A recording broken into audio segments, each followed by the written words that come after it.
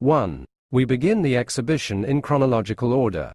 The origin of scientific cartography, as we know it, is around the year 150 when the work of the Greek-Egyptian geographer Claudius Ptolemy was published in Alexandria. There are other cartographic representations, but it is the first time that maps were produced as we understand them today. That is to say, with a cartographic projection, oriented to the north, which later we will see is not a common thing but a convention from around the 15th century, with a grid with meridians and parallels, and so on. Ptolemy divided the known world in his time into 26 regional or partial maps, always in order, 10 for Europe, 4 for Africa, 12 for Asia. 2. Here is a perfect facsimile reproduction. These facsimiles are perfect imitations of the original, in this case from the National Library of France in 1490. It is a copy already in Latin, where you can see one of the important parts of the geography. The geography was a theoretical treatise and a gazetteer of 8,000 place names in the world, including 500 from Hispania and approximately 20 from the Basque Country. And here we can see the essential part of the gazetteer, i.e. the names of the villages, the names of the towns and, more importantly, their pair of longitude and latitude coordinates. This, which today seems the most normal thing in the world, we all carry it in our GPS, etc., is something that was already discovered, or at least applied, in the year 150. 3.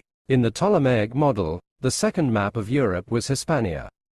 It was Roman Hispania, that is, the administration that he lived in his time, even though he was Greek.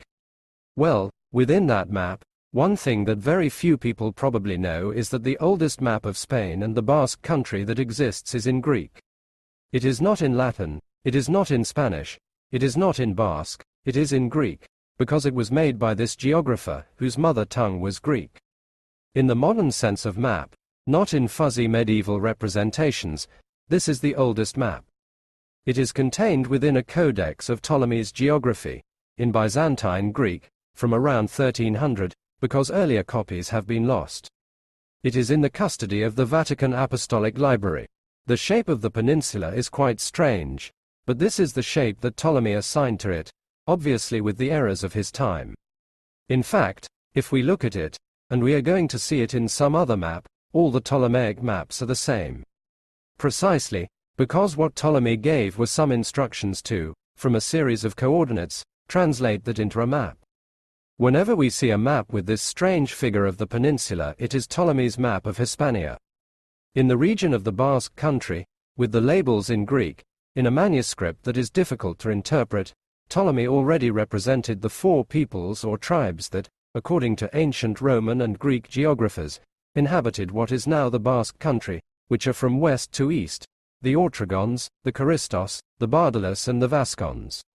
As far as the province of Alava is concerned, it would be divided into Caristos and Vardulos. The Vardulos are more or less Gipuzkoa and eastern Alava, the Caristos are the central part of Bizkaia and western Alava, and the Autrigones are the western part of Bizkaia. And, curiously, what was called Vascones at that time was what was assigned to Navarre and part of Aragon. In other words, there were cities included within the territory of the Vascones that were not exactly the Basque Country. There are names with coordinates that are difficult to identify. Of the few that can be identified without any doubt are the river Ebro, the largest and most important on the peninsula, but there are also the Nervion and the Deba, and between the towns of Oyarzun and a promontory that is Cape Higa, which enters the Cantabrian Sea. The whole of the Cantabrian Sea was called Oceanos Cantabrios. This is the oldest map of Hispania, with the division into 3 provinces: Lusitania, more or less Portugal; Baetica, more or less Andalusia; and Tarraconensis, the rest of the peninsula. The Tarraconensis was where the present-day Basque Country was located. 4. This other Ptolemaic map on the left, which is the one that gives the image to the exhibition, is later, from the 15th century, and is also in Greek but in a Florentine style, i.e. in Renaissance style. Aesthetically it is much more beautiful and much more intelligible, and here we can find the names of the different pre-Roman peoples assigned to the Basque Country. 5. The following are examples of what medieval cartography was like with the fall of the Roman Empire. It suffered a setback and the world was represented in a symbolic way. Some people say that this is very badly done. Well, not exactly. They had no interest in accurately representing the territory. It was more symbolic, religious, and many times it was simply to explain the approximate location of the places in the world, to understand the Holy Scriptures or the dispersion of the apostles. This is a facsimile reproduction of the commentary on the Apocalypse of St. John, made by Beatus of Lebana, a monk from present-day Cantabria, in the 8th century. There are a number of copies of his work, including a medieval world map. Characteristics of medieval world maps: they tended to be roughly circular, centered on Jerusalem, which was the center of the earthly and spiritual world, and oriented to the east. That is, literally oriented, which means pointing east or east. This is proof that maps have not always been oriented to the north, but this is a convention. They could be oriented to the north, south, east or west, although it is more common, at this time, to be oriented to the east. So, above the earthly paradise, this vertical axis would be the Mediterranean, the Iberian Peninsula would be a small corner there, and below appears a toponym, Gasconia, with two U.S. that, presumably, I say this because of the geographical uncertainty, would be located on the French Gascony, more or less. But what is puzzling is that underneath it, there is another population center where it says, Astur. In other words, such was the confusion at the time, and in these imprecise representations of the world, that although it is apparently over France, the Asturians appear next to it, so it could be Vasconia. And then, within the peninsula, Galicia, Cantabria and Lusitania clearly appear. This is an 11th century Beatus preserved in the National Library of Spain. 6. Next, we have more examples of medieval cartography, although in this case it is not a world map and it is not very well known. We wanted to bring curious things. They are Islamic maps. In the Middle Ages, there were also Islamic cartographers, mapping in a much more symbolic way. In fact, they always used geometric figures, arcs of circumference, straight lines. They were not interested in precise representation. They are oriented, in this case, to the west. In the map on the left, the vertical axis is the Mediterranean, the horizontal axis the Atlantic. The junction is the Pillars of Hercules, i.e. the Strait of Gibraltar.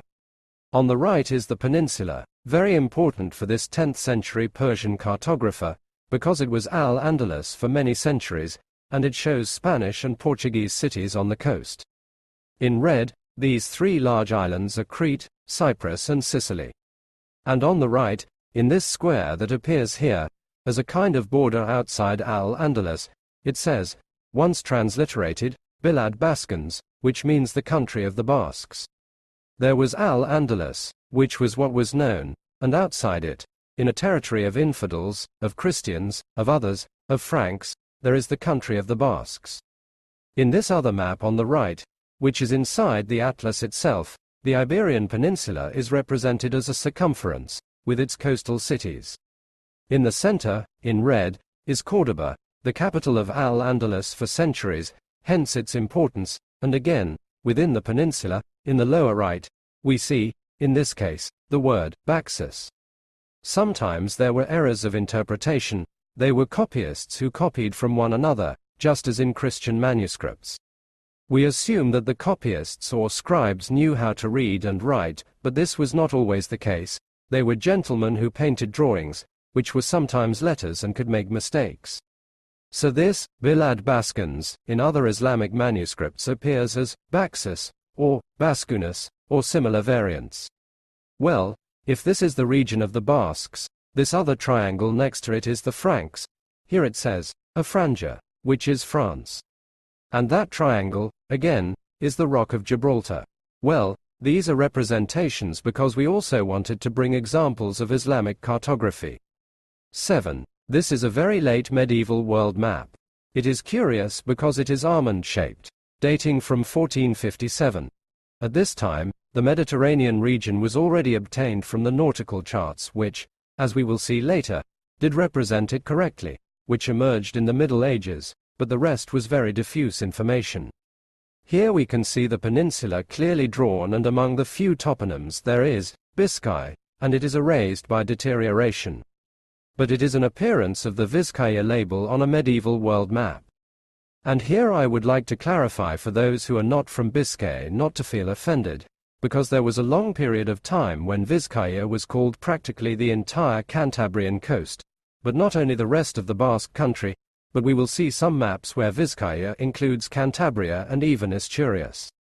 I say this because it is usual even in the titles of the maps to find La Biscaya. Here on the left, the area is enlarged to show the different place names. 8. Here are two examples of medieval circular world maps from 1320.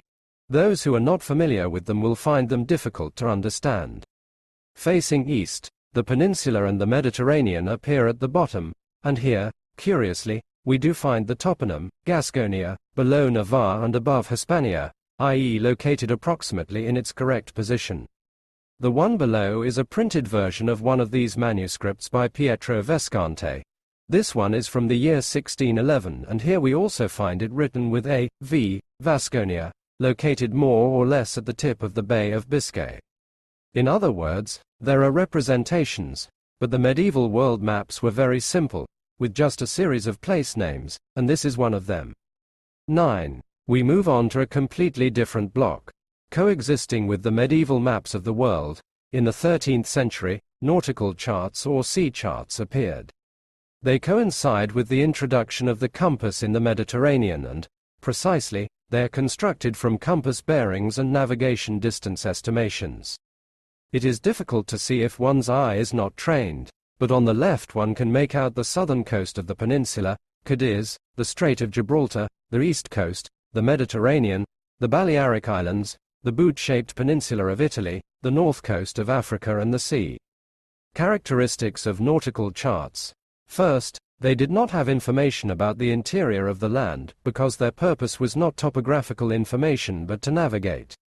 They had networks of magnetic bearings so that, by means of these bearings or parallels to them, they could find the compass bearing for navigating from one port to another in the Mediterranean. And they were accurate. In fact, until the 18th century, the information on nautical charts was not improved, that is, 500 years went by and the accuracy remained more or less the same, until the marine chronometer was introduced, that is, the way to measure the geographical longitude. Until then there was no reliable watch that could be carried on board a ship, so longitude could not be measured. This is the oldest surviving nautical chart. It is called the Pisan chart because it appeared there. It is kept in the National Library of France, and other analyses and radiocarbon analyses have dated it to around 1270.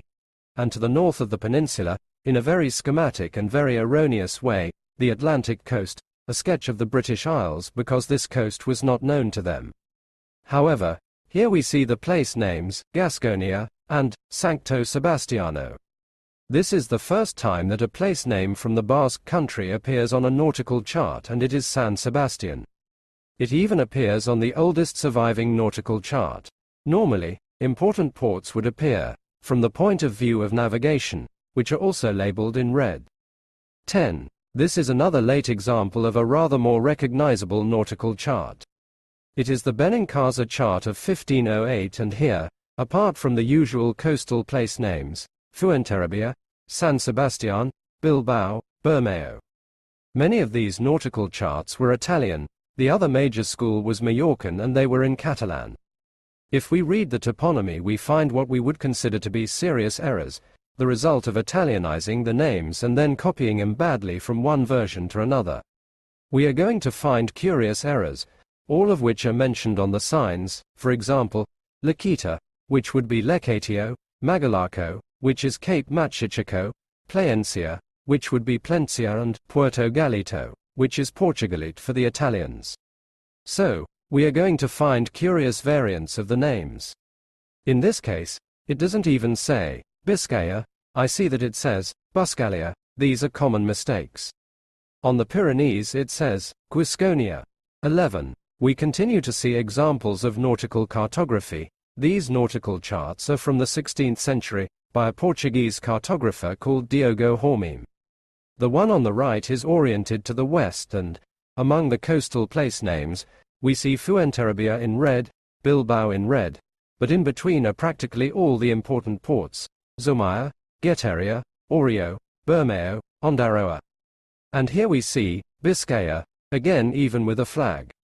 12. This is another by the same Portuguese author, from 1561, and the same important ports appear above this phylactery, where Hispania is written.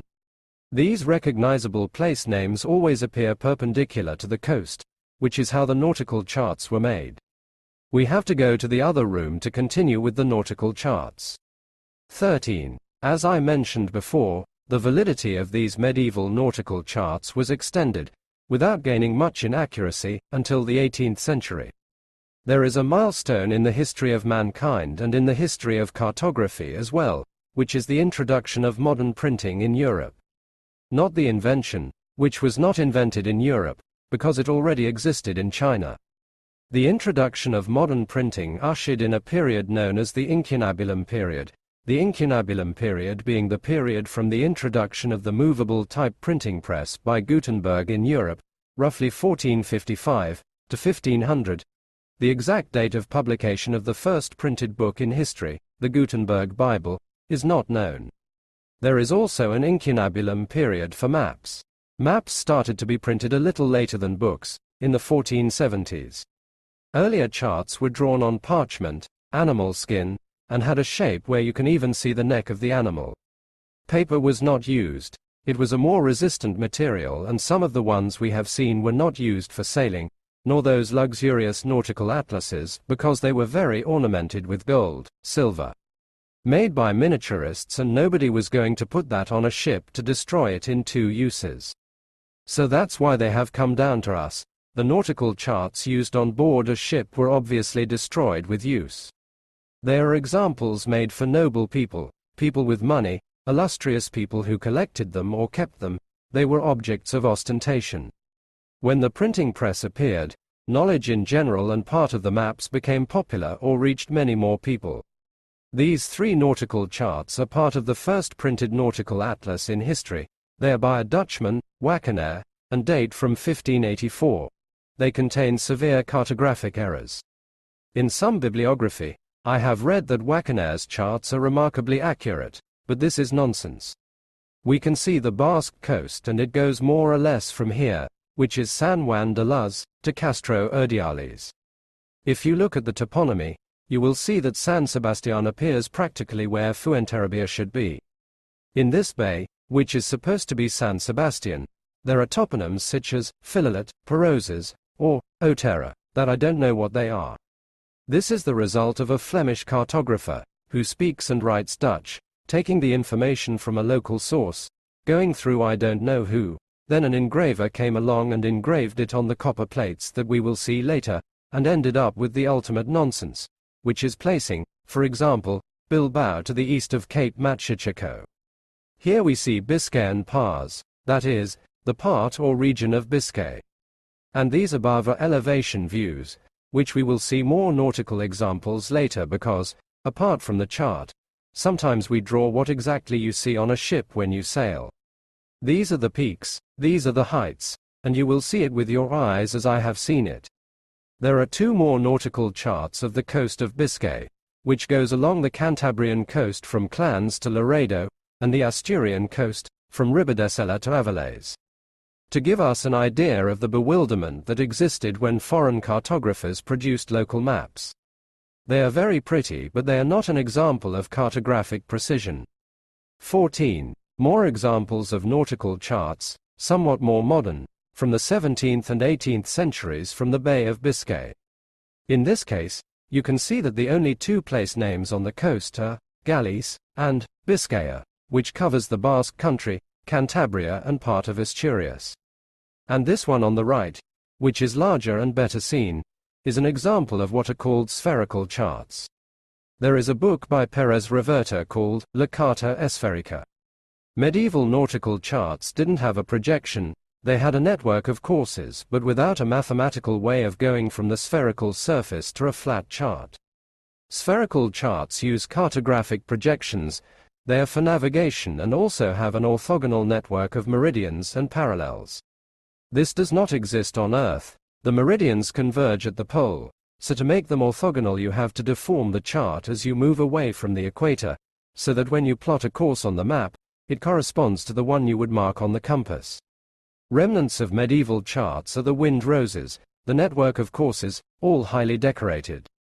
The Gulf of Gascony, and then here we see Gipuzkoa, the province of Las Cuatro Villas, with the administrative divisions, and at the height of Bayonne it says, Basques, with no further details.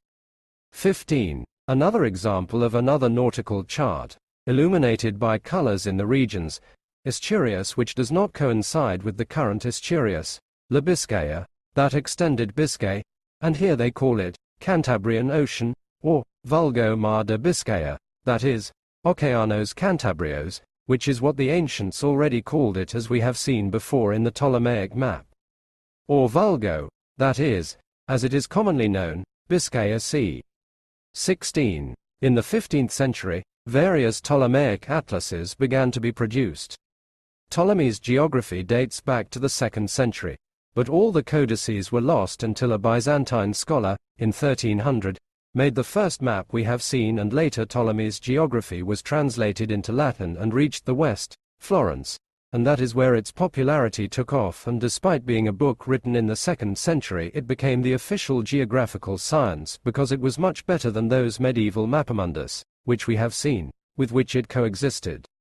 In Florence, luxurious illuminated manuscripts began to be made, dedicated to popes, kings, princes, dukes, etc., and these are some of these examples.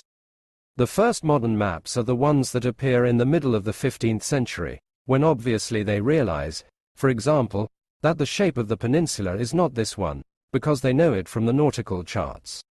And they add, little by little, what they call modern maps that were an update of Ptolemy's geography, put below but without saying anything. It is considered a tremendous lack of respect to Ptolemy's authority to say that his was wrong. Then nobody warns about anything, and after the Ptolemaic map of Spain, they put the modern map. Those are the modern maps. Spain's was always present. There were others, those of France, Italy and the Holy Land. In these early modern maps here are two examples of two very good facsimile reproductions, with the gold leaf, of the Ptolemaic map where we have already seen what we have seen before, and of the modern map. In this case, in the approximate region of the Basque Country we see that it says Gascony. These are made by a German cartographer, Niccolò Germanus, based in Italy.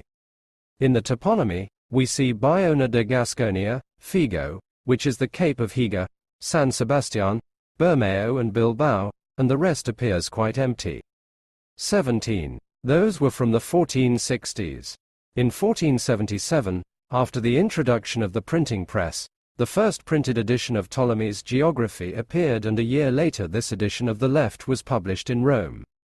By the way, these are reproductions of the National Geographic Institute, and it is the second oldest printed map of Spain in existence. There is only an earlier one, Ptolemaic like this one, from the Bologna edition. This is the Rome edition which, by the way, is much better and of higher quality. And here we can see again, this time in print, what we have seen in that century and a bit later. Here we can read it because it has already been translated into Latin, and we can see perfectly well the Basques, the Varduls, even other peoples such as the Cantabrians, the Asturians. Also the Pyrenees and the toponymy that we have mentioned, the river Deba, the river Nervion, the river Ebro, of course, and once again we see here the curious silhouette of a Ptolemaic map. This one on the right is a reproduction, but the original has been acquired by the National Geographic Institute. It is the first modern printed map of Spain that exists, this one and all those of the same printed edition that were published at the time. It is the Ulm edition. The one on the left is the second oldest extant print from Spain, and the one on the right is the modern one, i.e. in the modern form of the German Ulm edition of 1482. To make the printed version, a manuscript was copied by woodcutting. Woodcutting consisted of carving a plate out of wood and then lowering it, leaving it like a rubber stamp, and then inking, applying pressure and transferring the image. Calcography, on the other hand, was done with copper plates. This is the first time that the Institute has exhibited intaglio plates. The one on the left is intaglio and the one on the right is woodcut, and the model is a manuscript by the same author as the previous one.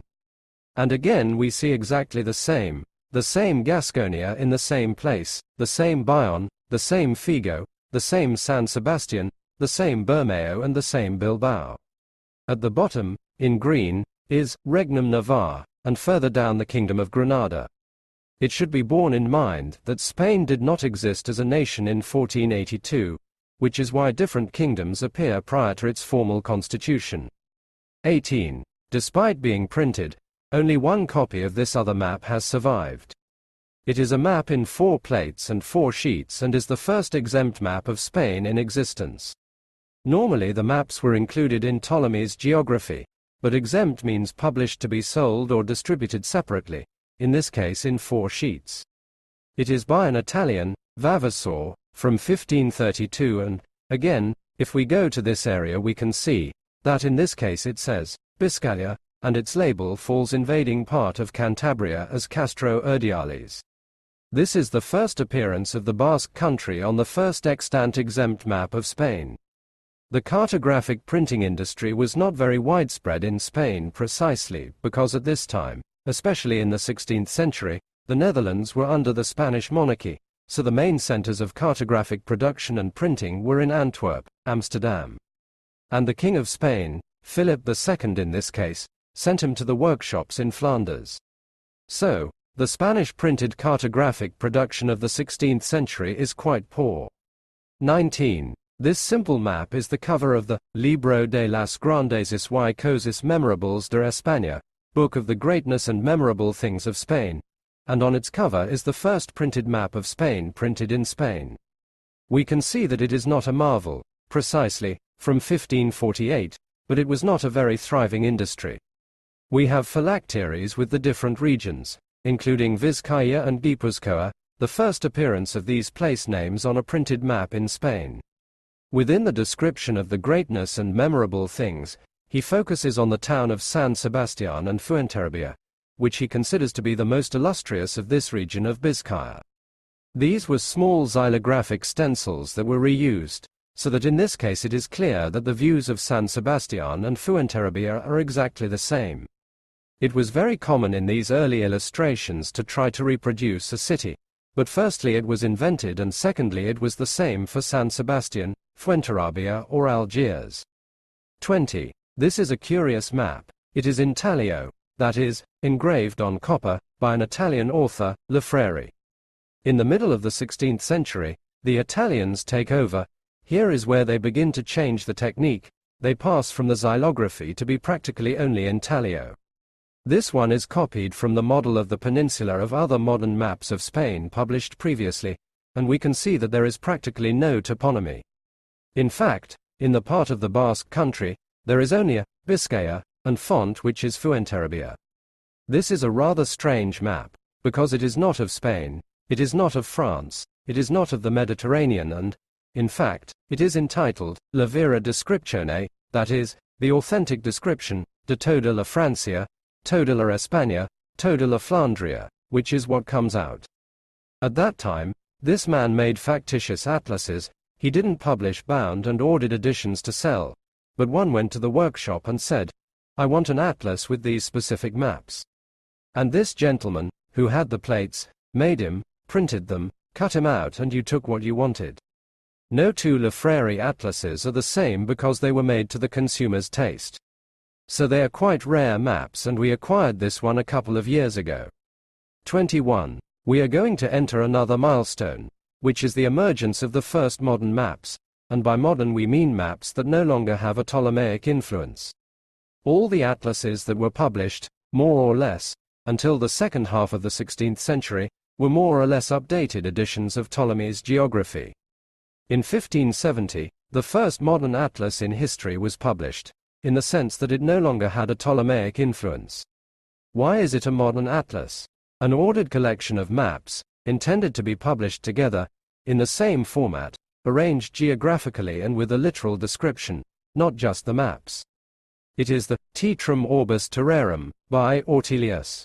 Later another atlas was published, that of Gerard de Jode, also Flemish, in 1578. This is an example of a historical map.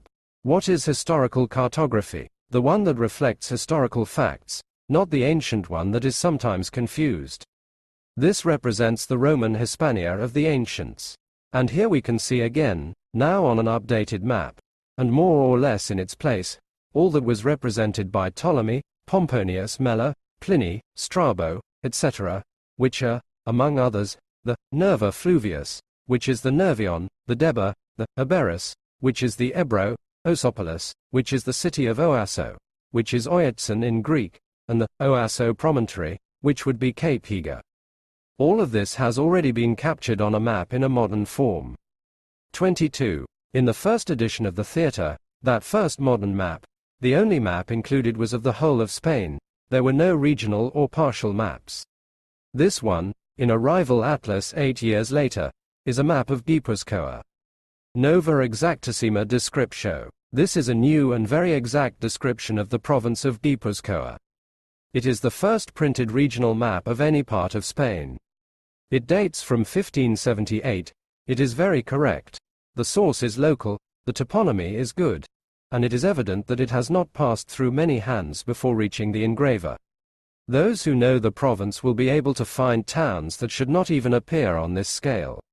In other words, this is quite an iconic map because it is the first partial printed map of the Basque Country to be published, in this case only of Gipuzkoa. 23. At that time, copyright did not exist or was not very much respected. Then, Ortelius, who published the rival atlas of this one, in one of his later editions of his atlas, put this tripartite map, very strange, Carpetania, Cadiz and Guipuzcoa, all mixed up, because he had those 3 plates and he could fit it on the same sheet.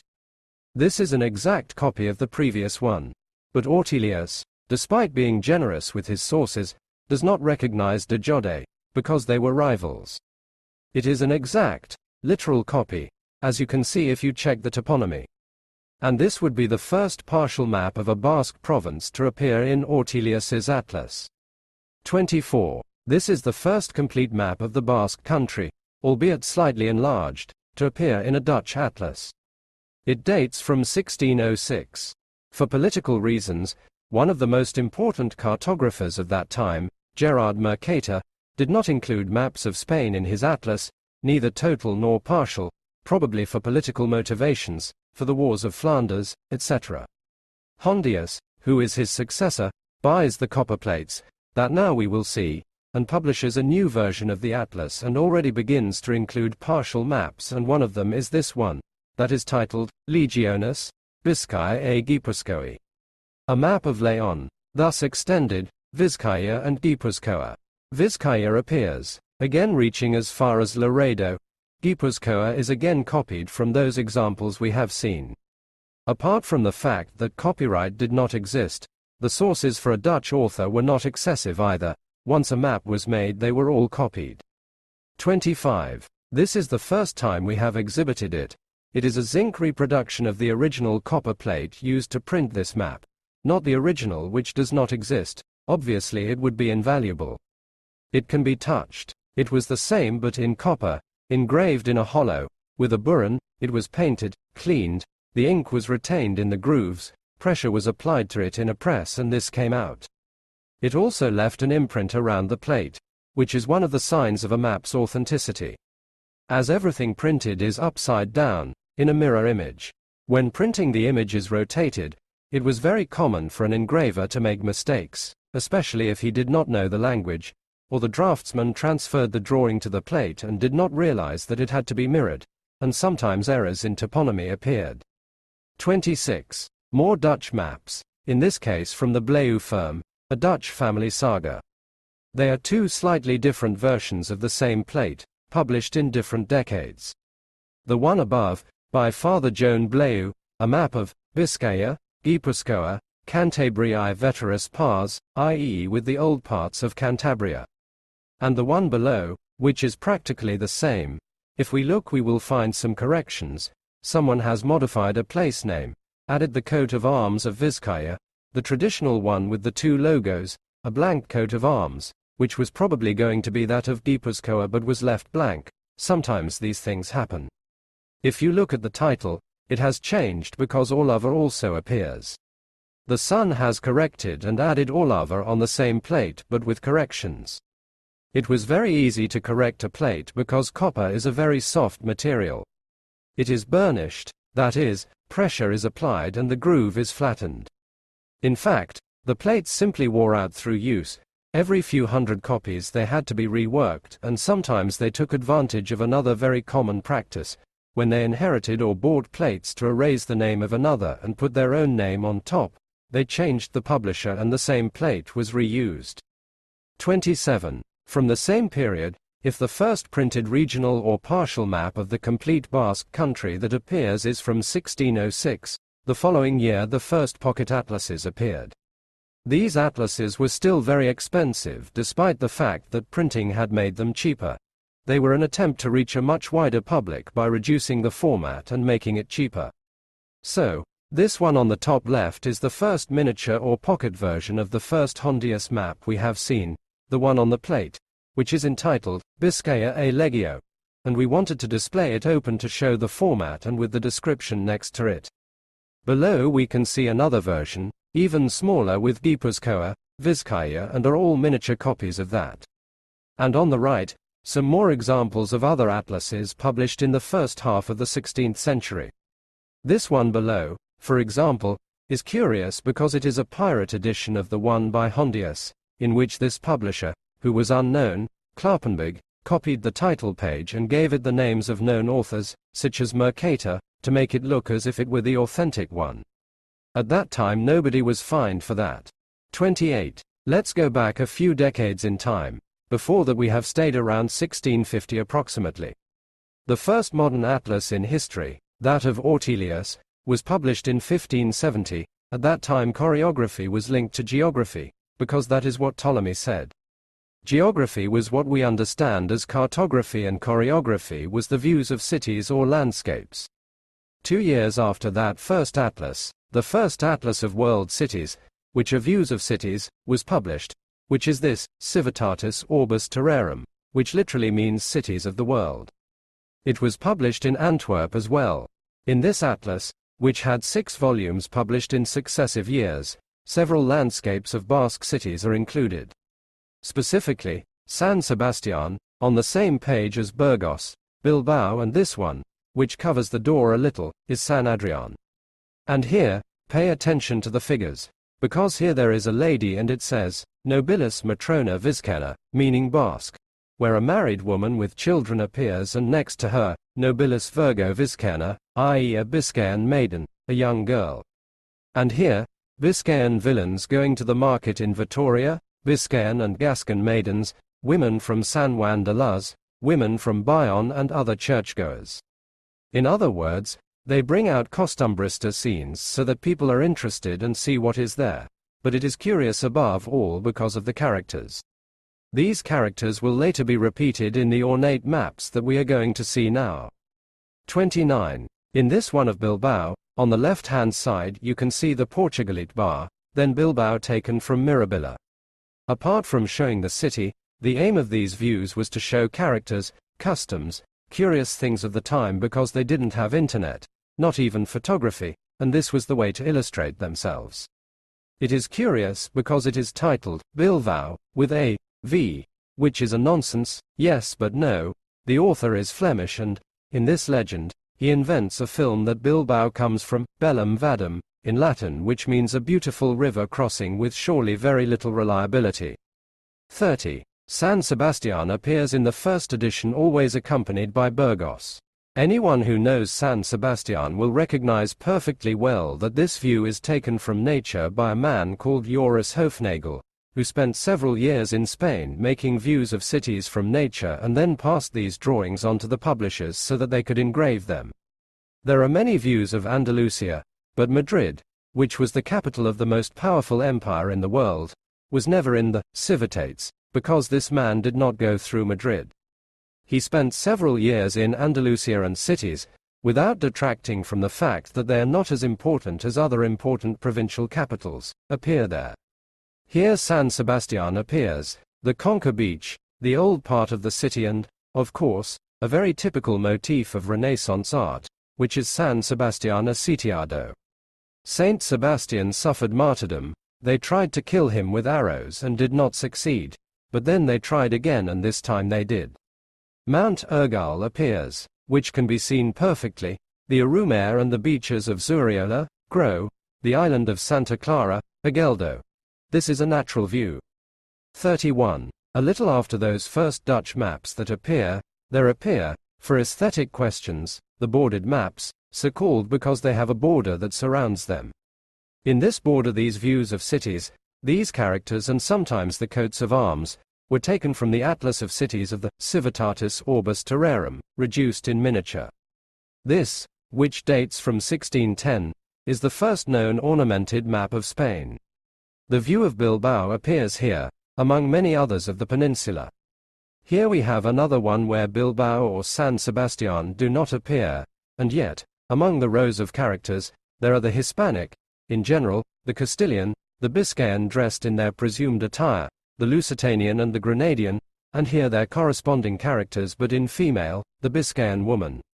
Although it is not certain that they were actually dressed like this. In these others, the nobiles feminas Vizcaínas, noble Biscayan women, appear.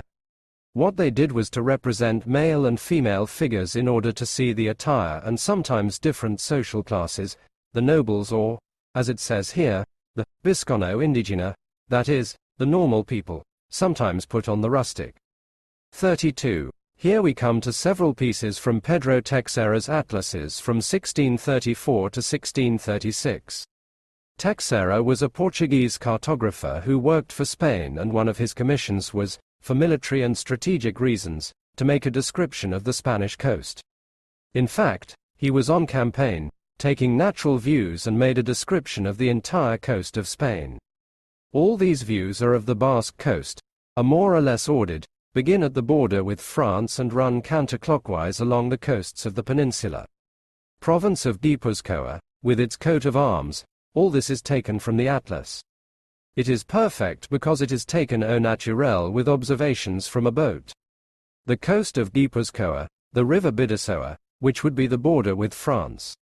Precisely, the fear was the French invasion, so it was a study of the coast to see where fortifications could be placed and what was the state of the ports to defend. This is Passages, this is San Sebastian, the old part, Ergal, Santa Clara, Guetaria, Zaratz, Zumaya. And here, with the traditional coat of arms of Biscay, begins the entire Biscayan coast, Ondarroa, Lecatio, Bermeo, Bilbao and Portugalete, which is called Galite Port. 33. This is another miniature atlas by Teixeira, which is a small format description of the previous one and shows a view of the coast of Guipuzcoa and the coast of Vizcaya. 34. Teixeira was subsequently sent to the border between Spain and France, in Guipuzcoa. Because of this fear of the French invasion, he had to make proposals for fortifications, and in this small description, which is a technical document, he includes several views of Fuenterrabía, San Sebastian, Guetaria and Passages, which is the one we have here. Very beautiful, and also with proposals for forts, which are not built but which he, as a military engineer, proposes to build. 35. And here we come to a somewhat miscellaneous section. Dutch cartography is not in decline, but French, Italian and other cartographers are beginning to appear and to produce maps of these, and we have taken some examples. This one, very nice because of the format divided in 2 sheets, is by Coronelli. Among the different coats of arms of the Kingdom of Spain appears the coat of arms of Vizcaya, and in the map appears the lordship of Vizcaya, which extends quite far to the west, including Cantabria completely. He calls the Bay of Biscay, Mare di Gasconia. 36. Other examples, in this case entitled, La Biscaya, once again. The one above is the original by an Italian named Cantelli, and the one below is a later copy, by a Frenchman named Nolan, which can be seen to be practically copied. The ancient coat of arms of the province, the Mare di Biscaya, Ollum, formerly meaning the Cantabrian Sea. It says, Mare di Basque, on one and Mare de Basque, on the other, or the Sea of the Basques. The Italian is entitled, La Vizcaya dividida en sus cuatro partes principales, Biscay divided into its four main parts, which are, according to this cartographer, Gipuzkoa, Vizcaya proper, i.e. the real Biscay, Alava and the province of the Quattro Villas, in Cantabria, within it. It shows the disorder in the administrative divisions. The copy below is the same. What it does is translate the toponymy. In addition to the coat of arms of Bizcaya, it adds that of Navarre and is dedicated to Philip V, who was the first Bourbon king, as this map is dedicated to him with the itinerary he took to reach Spain to be crowned. 37. More examples of maps from these schools, in this case French. The same, we see the Cantabrian coast, that Sea of the Basques and Biscay has a more or less correct administrative division, and here, which is inspired by the previous ones, the same, the Biscaya extends as far as Santander, in other places it even extends as far as Asturias. 38. This is the last part of the exhibition, which we have closed in the 18th century. In the 19th century, cartography emerged with the methods we know today, with geodetic and astronomical observations, with instrumentation. They are not drawings copied from one another based on the experience or knowledge of many years, but are already made with geodetic and topographic observations. Just before that, there is the great cartographer, or almost the only Spanish cartographer of the 18th century, Tomás López. Tomás López was a cabinet geographer and worked by ear. And it's no joke, he sent letters to all the institutions, all over the country and said, "Tell me what your region is like and what it has." He sent him a survey. I don't know how many churches, so tell me, more or less, where it is, and with that he made maps in this way. Inside the map of Spain, there were its provincial maps, and here are those of Vizcaya, Gipuzkoa and Alava. In the map of Alava, a curiosity. Map of Alava divided into quadrillas and hermandades, i.e. the administrative divisions prior to the division of 1833, which is that of the Minister of Public Works Javier de Burgos, who divided it into the current provinces of Spain. At that time it was divided into quadrillas, as shown here, Vitoria, Salvatierra, Ayala, Guardia, Zuya, Mendoza and their 53 brotherhoods. They are detailed but not made with topographical observations, only with surveys and based on previous maps. 39. This was inside the Atlas of Tomás López. It was a mural with the 4 sheets of the complete map of Spain where the Basque Country is. 40. And we end with the transition to cartography and today's observation methods, which are those of Vicente Tofino. He spent several years on oceanographic campaigns, carrying out surveys, this time based on geodesic vertexes, astronomical observations, etc., and published the Maritime Atlas of Spain, which covers the coasts. And in this case, nautical charts of the Basque coast, we have the one of passages. One of the important things on a nautical chart are the soundings or depths because they are fundamental for navigation, the soundings at low tide because if you get the sounding at high tide and then you are at low tide you go and touch the bottom. The probes are installed in different types of dangerous entrances, not particularly the one in Passages or the Bay of San Sebastian, but the entrance to the Nervion estuary, in Portugalete, where there were sandbars that made navigation dangerous. In fact, it was possible to cross at low tide, as the sign indicates, because at low tide it reached 90 centimeters and a ship, could not pass through it. You had to wait for high tides. This is the most beautiful one, the one in San Sebastian, with this shaded relief and you can see everything, Mount Urgel, the old part, La Conca Beach, the island of Santa Clara, and on Agueldo the lantern. The lantern was a wooden lighthouse and now it is the viewpoint on Monte Agueldo, because the lighthouse on Monte Agueldo is not the old lantern, but the tower is more or less preserved, but modified. 41. And apart from this, he made this other nautical chart from above, of the whole coast. It is a perfect spherical chart. The only thing of interest, as in the Middle Ages, is the layout of the coast and little else. There are administrative divisions between Gipuzkoa, Bizcaya, Encartaciones and Montana, which is supposed to be Cantabria. But apart from this sheet below, it is called the coast of Cantabria, meaning the Cantabrian coast, where it publishes elevations of the coast, much more faithful even than the ones we have seen before, and you can see in letters what is essential for navigation. This vertex, this peak overlooking here is Giscable. This is the Lantern, Mount Urgul, the whole coast past San Sebastian. Then you have the entrance to Deba on one side and on the other and Cape Mashasharko. If you come sailing from the east to Cape Mashasharko you will see this, and once you pass Cape Mashasharko you will see this, and it is also very well represented. And the rest are views of the rest of the Cantabrian coast, Cantabria and Asturias. 42. This is a population map of Vitoria, as Vitoria was in 1888, as it says below. As it says in the title above, it is published at the order and expense of the Excellentissimo Ayuntamiento de Vitoria, that is to say, paid for by the city council, by Don Dionisio Casanal y Zapatero, an officer in the topographical corps. It is at a scale of 1 to 5,000, and this is already a map with modern characteristics. That is to say, with topographical observations, on a geodesic network, and it also shows that the altitudes are above mean sea level in Alicante, which is how it is now. An orthophoto of Vitoria as it is today has been superimposed on the image of the map, with a certain transparency, so that both can be seen, and in this way it is possible to compare what Vitoria was like in 1888 and what it is like today. The original map is available in the IGN library, in the QR code link that appears on the map. And here we stop the exhibition, which could go on, but it would take us much longer, because we have seen that as we advance the variety of maps is growing, I am not saying exponentially, but almost.